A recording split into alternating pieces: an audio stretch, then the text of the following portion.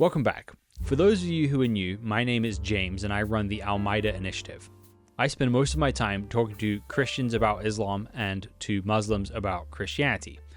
Over the last few weeks, we have been talking about the Islamic information ecosystem, where Muslims get their information about Islam from. Previously, we talked about the Qur'an and we talked about the Hadith, and today we are going to be talking about the Ummah, or the community. In the first video, we talked about a hypothetical Muslim woman growing up in the West who we decided to name Hafsa.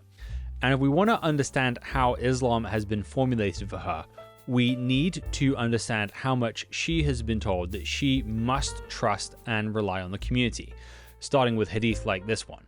Indeed, Allah will not gather my ummah upon deviation, and Allah's hand is over the group, and whoever deviates to the fire. That doesn't mean that Muslims establish the truth by voting, but rather there's an expectation that the community is going to be rightly guided, and the mechanism for ensuring that happens is the ulama, or the scholars.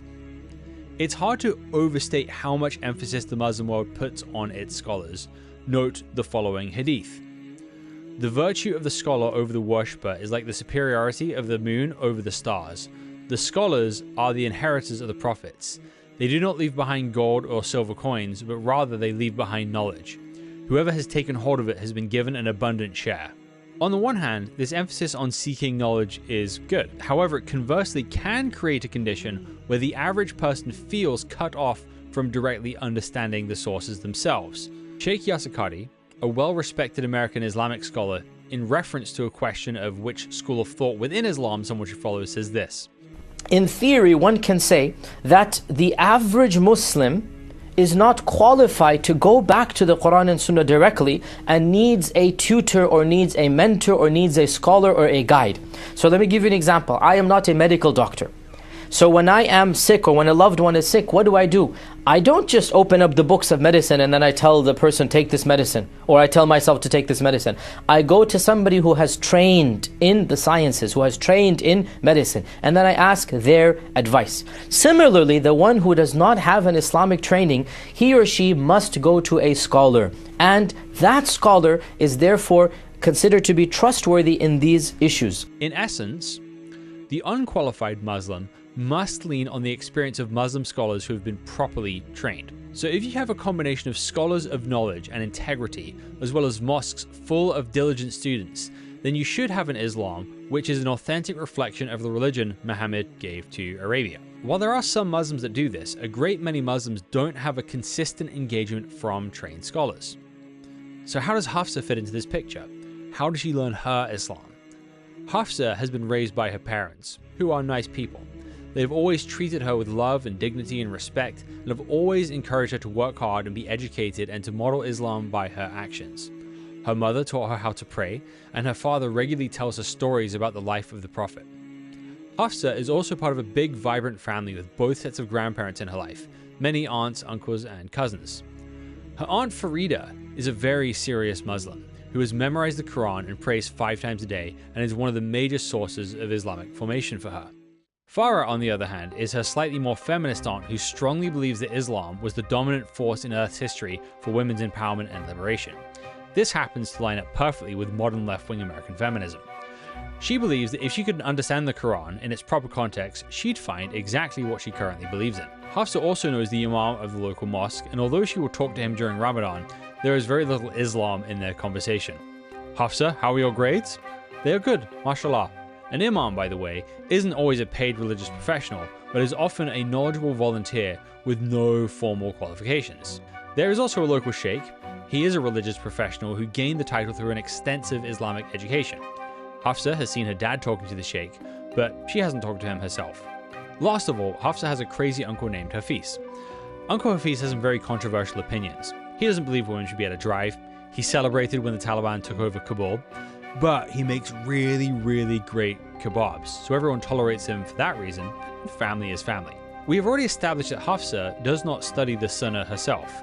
So how does Islamic information work its way from the Quran and the Sunnah down to Hafsa, the hero of our story? The whole process starts on the perfect evening in Cairo. Enthusiastic Bedouins sell beautiful but overpriced handmade tile coaster sets to unprepared tourists. Sheikh Omar, a scholar at Al-Azhar University, is reading through various hadith on his iPad which his nephew Rami bought him while visiting from New Jersey. Every time Omar reads a hadith, he runs through a set of strict categories in his head to assess what he is reading. Firstly, is this hadith a Sahih hadith? Meaning, does it go directly back to the Prophet Muhammad? Is there concrete evidence that it has multiple chains of narration that prove it doesn't simply come from the mind of one of Muhammad's companions? As a scholar, Omar lives in the world of Islamic sources and is always on the lookout for fraudulent accounts. He is an alim, an inheritor of the prophets, a guardian of Islam. His watch is ever vigilant. This Islam, which he preserves meticulously, is carefully represented on the mosque's official channel, Azhari TV. In another part of Cairo, Hafsa's great uncle Tariq watches Azhari TV for an hour a day, carefully striving to make sure his Islam is authentic. He says, "If the scholars teach it, I believe it. If the scholars reject it, I dismiss it." Because of this, Tariq's Islam looks a lot like the Islam of the scholars. Hafsa's grandfather and Tariq's brother Taha left Egypt to become an engineer in Seattle. He has not once watched Azhari TV on purpose. He spent his youth buried in schoolwork with the goal of making it to America. Now that he is retired, Islam is much more important to him, as is his Egyptian heritage. Taha deduces his Islam by looking at the Islam of everyone around him. Muhammad, after all, said that my Ummah will never agree upon an error. So Taha has no problem feeling safe by joining in with the community that he's closest to. Hafsa is surrounded by people on both ends of this spectrum, from careful students of Islamic religion to people who make up their own religion with some distinctly Islamic spices sprinkled on top for good measure, which can make it complicated for the development of Hafsa's Islam. What I mean is that when a Muslim sheikh shares an authentic story on Azhari TV, the people who pay attention will share it with others, who will share it with others, and eventually it will make its way to Hafsa, from teachers at school, from an auntie on her social media feed, and even at the family dinner table. This information flows from the Islamic sources to Hafsa through a wide river of scholarship, tradition, and community. On the other hand, her great auntie Maryam loves to feed the stray cats of Cairo and loves to tell the charming story of the time that Muhammad heard the call to prayer, but as he was about to rise from his resting, he noticed a cat sleeping on the sleeve of his robe. Not wishing to wake the cat, the gentle Muhammad took the knife and cut his sleeve so the weary animal could continue sleeping. Tariq knows the story is made up, but wouldn't dream of upsetting his beloved sister who makes the best koshery in the whole family. So, this story and many like it get passed on to others, who share it with others, and eventually it will make its way to Hafsa through teachers at school, an auntie on her social media feed, and even at the family dinner table. Because there are several degrees of separation between Hafsa and the Islamic sources, she doesn't have a natural mechanism for deciding between the authentic and inauthentic traditions. Most of the time, this doesn't affect Hafsa, but occasionally, she will catch wind of a story that makes her shudder.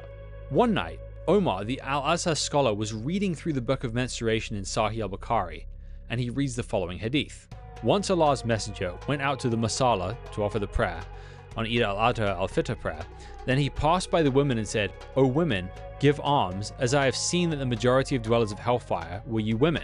They asked, "Why is it so, O Allah's messenger?" He replied, "You curse frequently and are ungrateful to your husbands. I have not seen anyone more deficient in intelligence and religion than you. A cautious and sensible man could be led astray by some of you." The women asked, "O Allah's messenger, what is deficient in our intelligence and religion?" He said, "Is not the evidence of two women equal to the witness of one man?" They replied in the affirmative. He said, "This is the deficiency in her intelligence.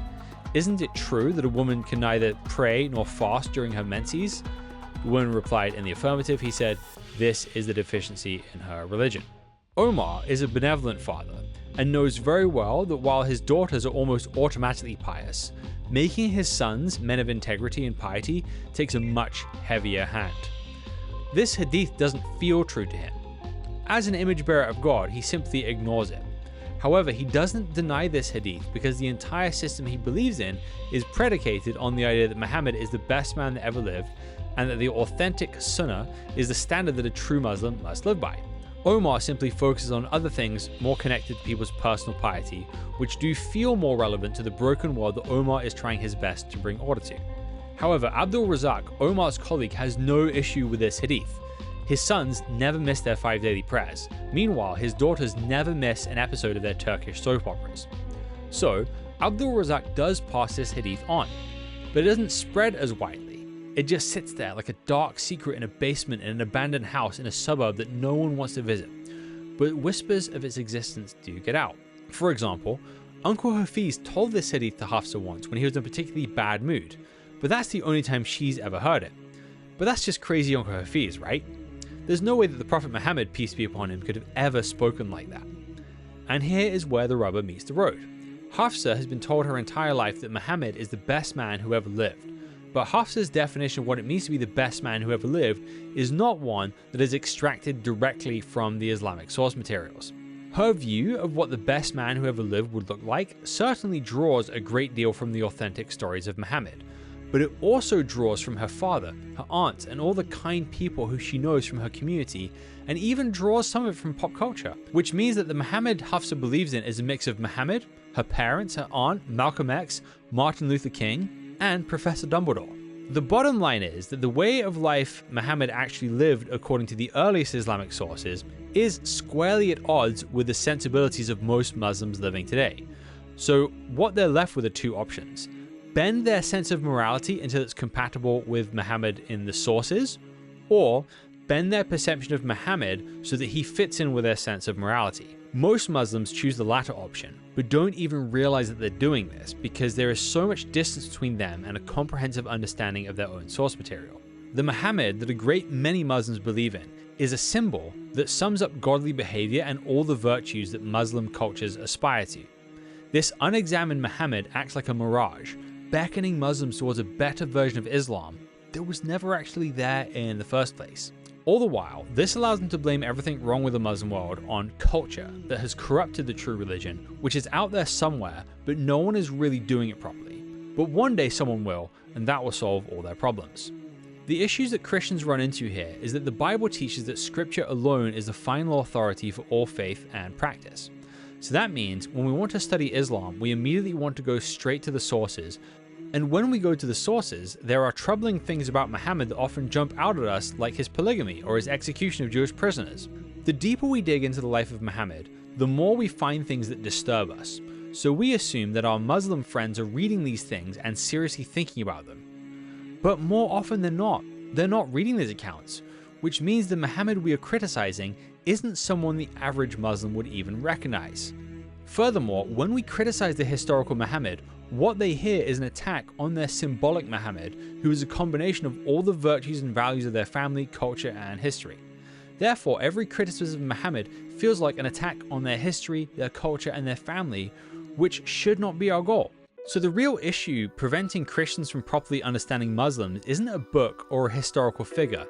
It's a very vast and complex economy of authority and information that most people who are inside of it can't even see. But once you start to see it, it can't be unseen. What many contemporary Muslims are dealing with is an endless web of people who get their information from more people, who get their information from more people, who believe that someone at some point heard the voice of God. And the voice of God really is buried under all the tradition and culture somewhere. And they're right, but they're looking in the wrong place.